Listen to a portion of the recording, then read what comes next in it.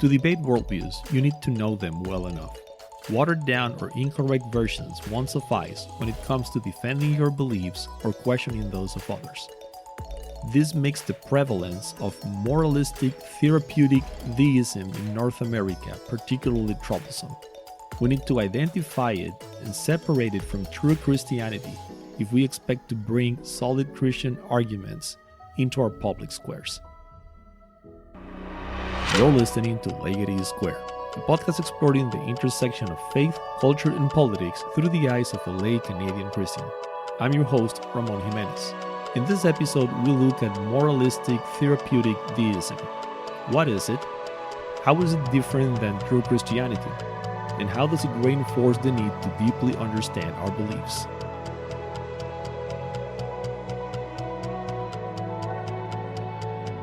A recurring topic on this show is how some philosophies freely enter the public square because they masquerade as something else. For instance, naturalism as a philosophy routinely gets conflated with science. It is acceptable to talk about a spontaneously generated universe or evolution as the origin of life, all in the name of science. Not so with Christianity. It doesn't disguise as easily, and it's harder to bring it to the public square as a result. Making matters worse, the increasing secularization of North American society has watered down its perception of Christianity beyond recognition. This reinforces the rhetoric of our faith as a superstition or an emotional crutch, incapable of providing credible answers to our most pressing philosophical questions. I think moralistic therapeutic deism, or MTD for short, plays a big role in that perception, and from a philosophical and apologetical context, it's important to understand it and to call it out as something different than Christianity. The concept of MTD was coined by sociologist Christian Smith with Melinda Lundquist Denton, who first described it in their 2005 book, Soul Searching: The Religious and Spiritual Lives of American Teenagers. The book captured their findings from interviewing thousands of teenagers from religious backgrounds as part of the National Study of Youth and Religion. 5 years later, the authors interviewed 230 of these individuals, now as young adults, and published the follow-up book, Souls in Transition: The Religious and Spiritual Lives of Emerging Adults. As their titles imply, the studies and books were focused on adolescent spirituality.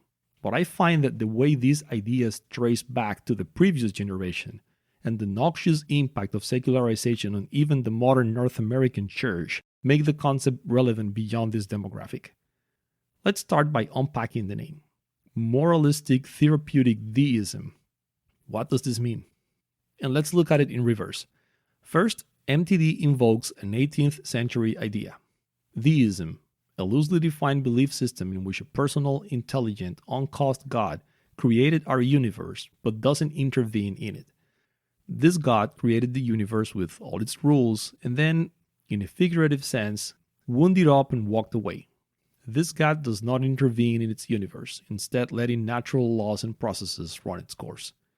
Deism also upholds that this God gave humans the ability to reason, which becomes the only way to discover and approach this God. And as a result of this, deism opposes revelation, scripture, church teaching, worship, prophets, and miracles. This God is kind of in hiding. The 60-Second Philosophy YouTube channel sees 18th century deism as a way to bridge the chasm between rationalism and empiricism in the Age of Enlightenment. Reason and the senses were the main sources of accepted knowledge in that age, and they weren't always on the same page. Religion also had an outsized influence. In this context, 60-Second Philosophy sees deism as a form of acceptable atheism that preserved some elements of a believing God, but subjected them to the rule of reason and human perception. So, why is MTD deistic? Smith found that American teenagers and young adults from various religious backgrounds believed in a distant God. Yes, God created and ordered the world and watches us, but, except for a caveat I'll call out later, he doesn't get too involved in our day-to-day lives. To be clear, not all thinkers agree that this suffices to consider MTD a form of deism. But at the same time, deism is very loosely defined with no authoritative text or governing body. So whether the term truly fits is largely a matter of opinion. So that's the D in MTD. But why therapeutic? Surely that's a good thing, right? In this context, therapeutic is meant to imply a concerning idea, actually, a troublesome opposition to discomfort and suffering, to the extent that the original notion of deism is tweaked to allow for selective and convenient interventions of this remote God in order to provide help and comfort. This is the caveat I mentioned earlier. This is dangerously close to the concept of idolatry, which we explored in episode 13th. An idol is a curious construct, a mythical being endowed with purported supernatural power and control over creation, but whom nonetheless creatures can bribe or cajole into helping them in specific ways. Going back to MTD, I really like this use of the word therapeutic, because it conveys the idea of someone who can help and work for you, but without getting too close, too personal. Finally, this notion is moralistic because it stresses the importance of being a good person. And I find that if you remove the supposedly spiritual elements, this worldview sounds an awful lot like the neutral emphasis on niceness and kindness that is so prevalent in our public elementary school system.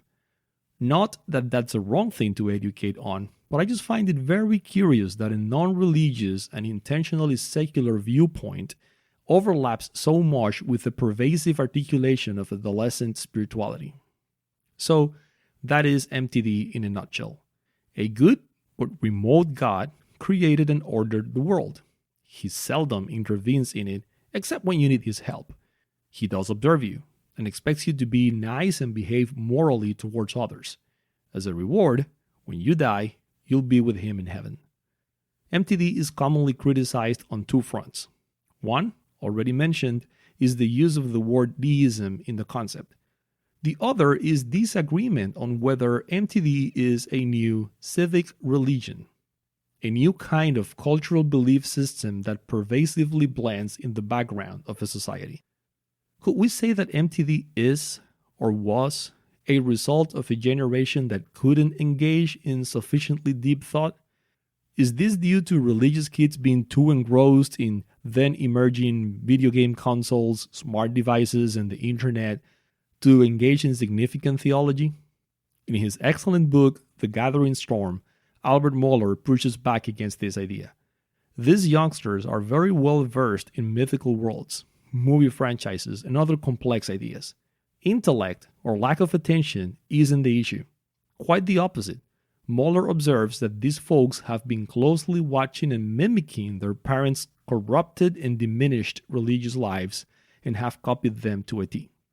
With that, I want to comment on the effects of MTD in society at large and particularly on public theology and apologetics.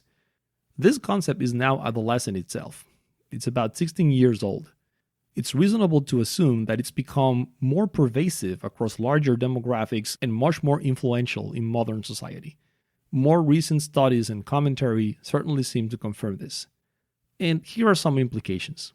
If you're a non-believer and you think MTD describes Christianity and that Christianity isn't a fully formed or solid philosophy, I don't blame you. Indeed, MTD is not a fully formed philosophy. It seems to answer the 5 key philosophical questions: origin, identity, purpose, morality, and destiny, but it does so in hollow and unsatisfying ways. I would say it's not even a religion. It certainly has no theology, or a very poorly developed one at best. There is no theology of salvation, no theology of sacrifice, no theology of sin in it, to name just a few glaring holes. It's just a very loose articulation of a common modern trope, that of being spiritual but not religious. Therefore, if you're a non-believer and you want to debate Christianity's merits, I would encourage you, in the friendliest possible way, to make sure you're not lured by a deficient look-alike like MTD. Believers need to heed this warning too. MTD has infiltrated many Christian communities, and some members aren't aware or even able to tell them apart. And even where core Christianity is concerned, we have a duty to epistemic soundness and intellectual honesty.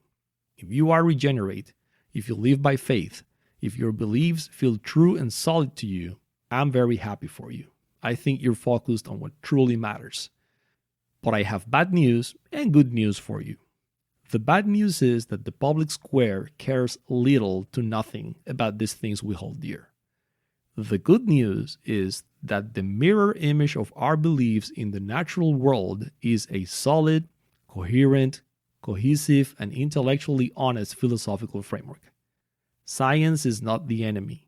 Logic, reason, and knowledge are not the enemy. Sloppiness, ignorance, moral compromise, denial of reality, and the ensuing chaos are. So, whichever side of the debate you're on, here's my invitation to you. Let's not adopt a viewpoint on a whim, or as a family heirloom, or due to some Epicurean treat or a pet peeve from an opposing viewpoint. Let's develop a deep understanding of the main philosophical tenets on all sides. Let's choose our side wisely and wholeheartedly.